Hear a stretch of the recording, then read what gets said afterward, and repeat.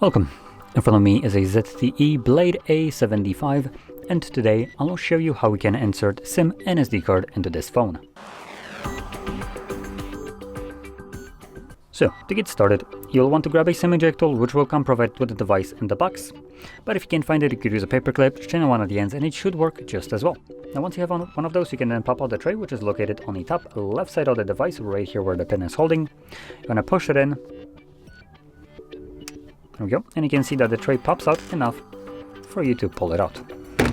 On the tray you have space for one SD card, dedicated spot, with two dedicated spots for SIM cards. I'm gonna use one of each. There we go. Once you place the cards on the tray, insert it back into your device, and these cards should start working right away.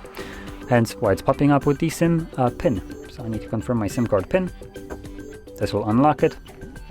And SD card should be working already, which it gives me a notification that there is an SD card inserted. So it is being detected.